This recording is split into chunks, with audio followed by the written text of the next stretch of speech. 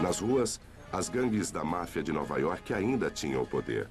Conhecidas como as famílias, essas gangues controlavam seus distritos e o crime que ocorria por lá. Mas a quebra da bolsa apertou as atividades da máfia e detonou um conflito que já estava fermentando havia uma década. A luta seria brutal e sangrenta. Era uma batalha entre o velho e o novo e iria moldar todo o futuro da máfia. A história chama o conflito de As Guerras Castelamaresas.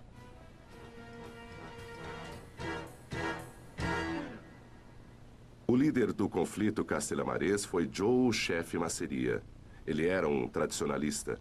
Ele acreditava que as famílias deveriam continuar fazendo a mesma coisa. A coisa anda sozinha, ele dizia, e derruba todos no caminho. Mas Salvatore Charlie Lucky Luciano discordava e viu a vantagem das gangues trabalharem em conjunto. A máfia deve fazer negócios fora da família, mesmo com gangsters de outros grupos étnicos, como os irlandeses e judeus. Luciano não demorou a praticar o que pregava. Seu amigo de longa data e conselheiro era um judeu chamado Meyer Lansky.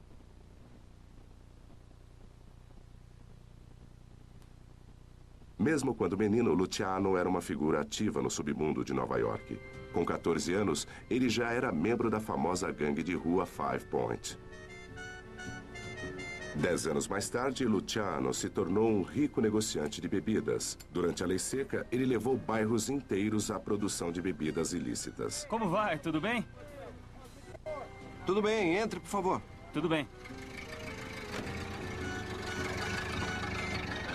Nas pensões, eles chamavam os fabricantes de bebidas de alky cookers.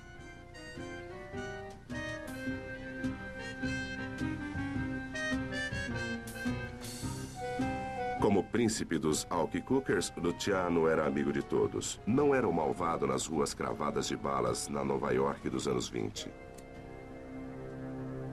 As guerras castelhamarezas começaram como apenas mais uma rixa de sangue. E alimentando a rixa, o código da máfia de respeito, silêncio e vingança. Os cabeças das famílias rivais estavam competindo pelo título Capo di Tutti Capi, um título de respeito que reconhecia o maior mafioso da época.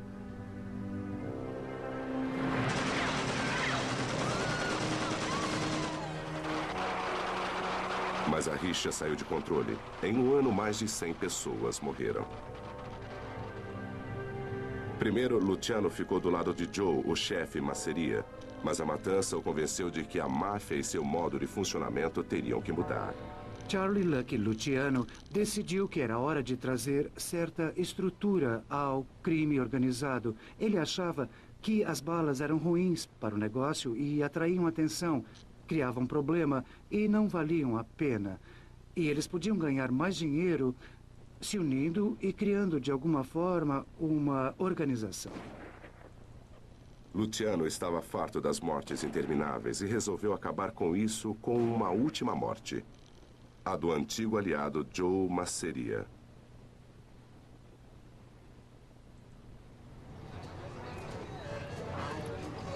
Para os gangsters, Coney Island ficava muito longe das ruas duras de Manhattan. O balneário, com seus parques e montanhas russas, parecia um local improvável para um assassinato da máfia. Mas durante os anos 30, em mais de uma ocasião, o calçamento foi manchado com sangue de um gangster. Luciano atraiu pessoalmente Joe, o chefe Masseria, para um restaurante em Coney Island em abril de 1931. O pretexto? Discutir no almoço e num jogo amigável de cartas a morte do último rival castelhamarese Masseria. Mas no final, Masseria seria o próprio alvo. Os cineastas amavam eventos assim por seu sabor quase bíblico. Aqui, Luciano era Judas, ele era o delator.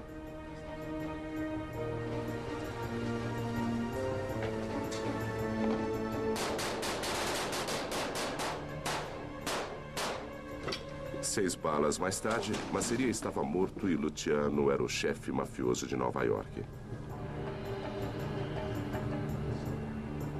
O as de espadas foi colocado nas mãos sangrentas e sem vida de Masseria.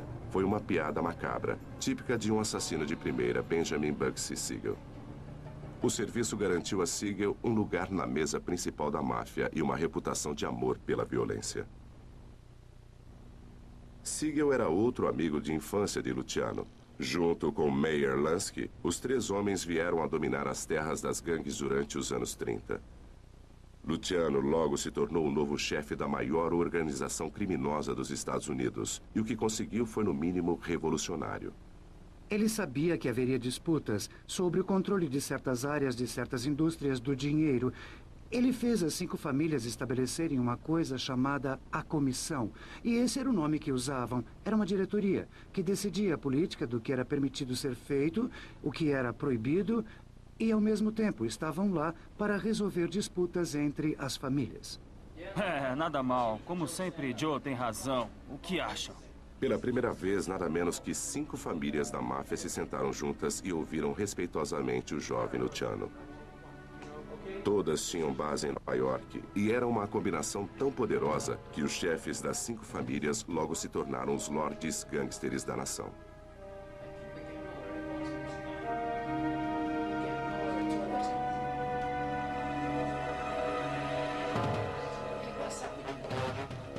Pelo fato das famílias de Nova York serem tão importantes e terem tanta influência em todo o país, eles ocasionalmente permitiam que outras famílias de fora de Nova York, da Filadélfia, Chicago, Pittsburgh, participassem dessas comissões onde havia assuntos de interesse mútuo. Muito bem, vamos lá. Ele está chateado.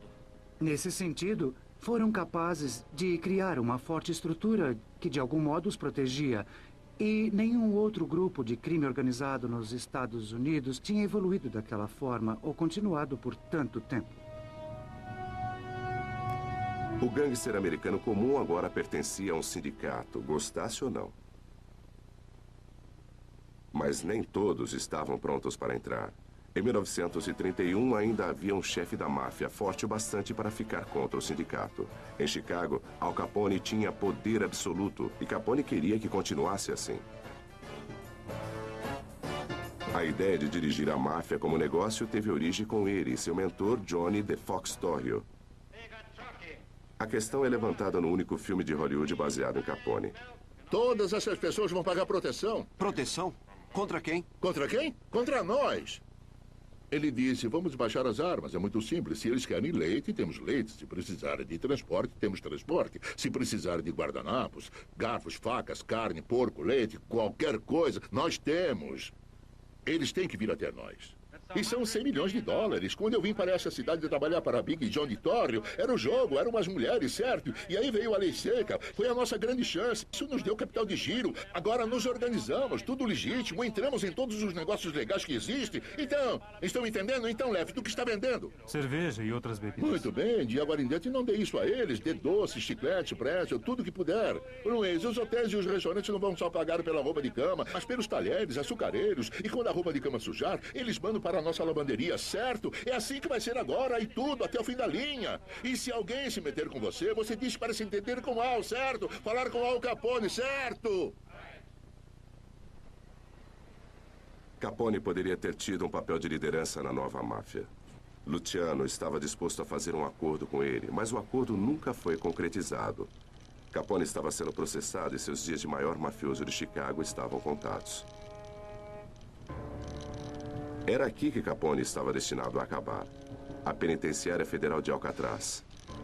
O modo como Capone foi levado ao tribunal e condenado causou controvérsia entre os advogados e ensinou aos mafiosos uma lição de relações públicas que eles nunca iriam esquecer.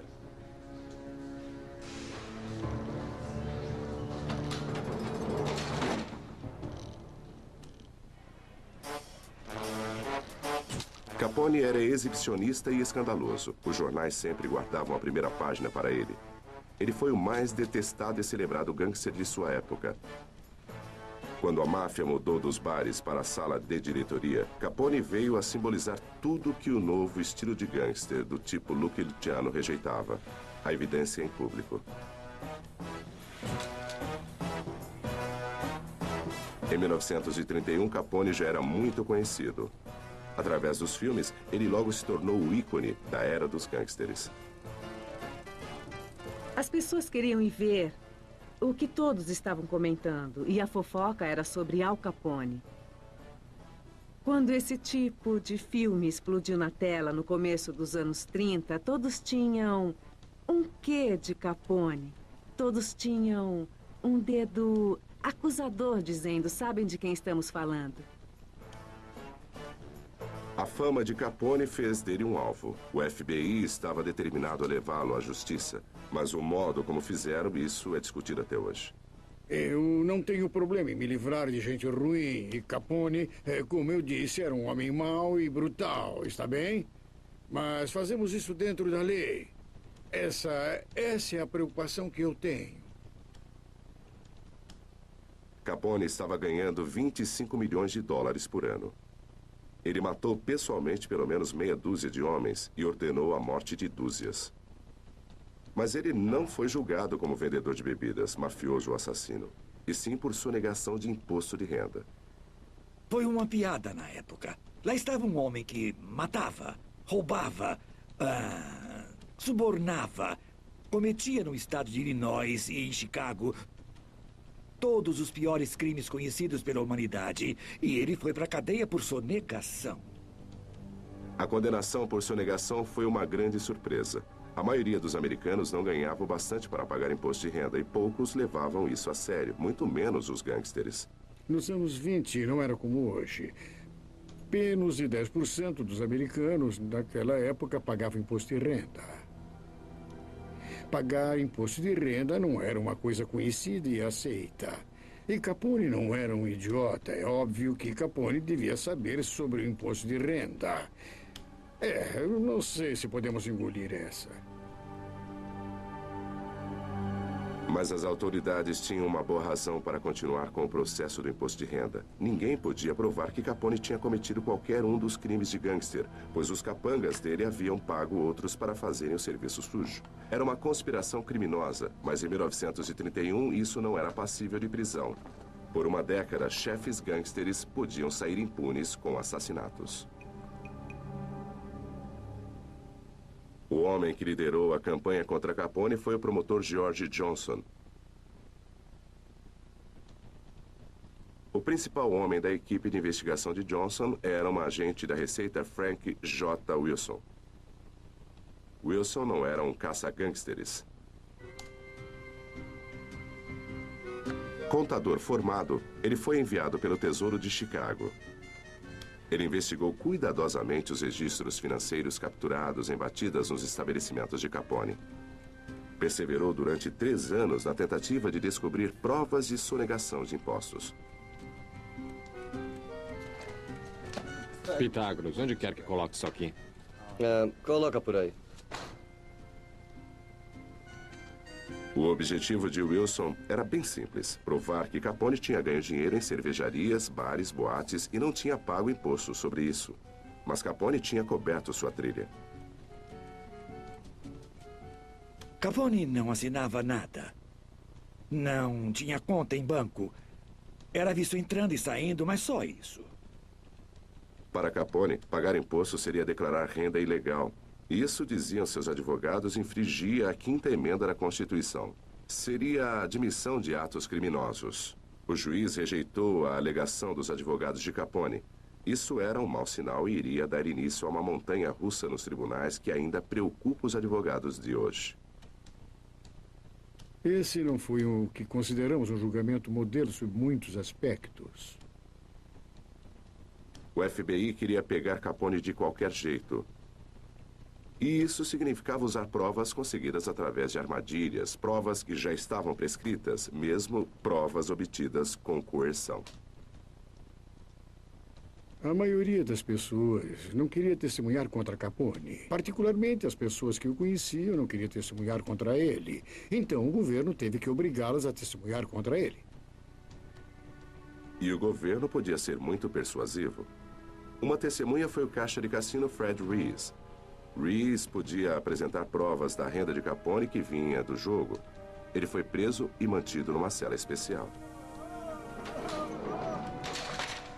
A razão de terem escolhido aquela cela em especial foi porque estava infestada de insetos e especialmente baratas. Estava infestada de baratas e colocaram Rees naquela cela. Ele não podia comer nem beber, não podia fazer nada. O pobre homem ficou paralisado.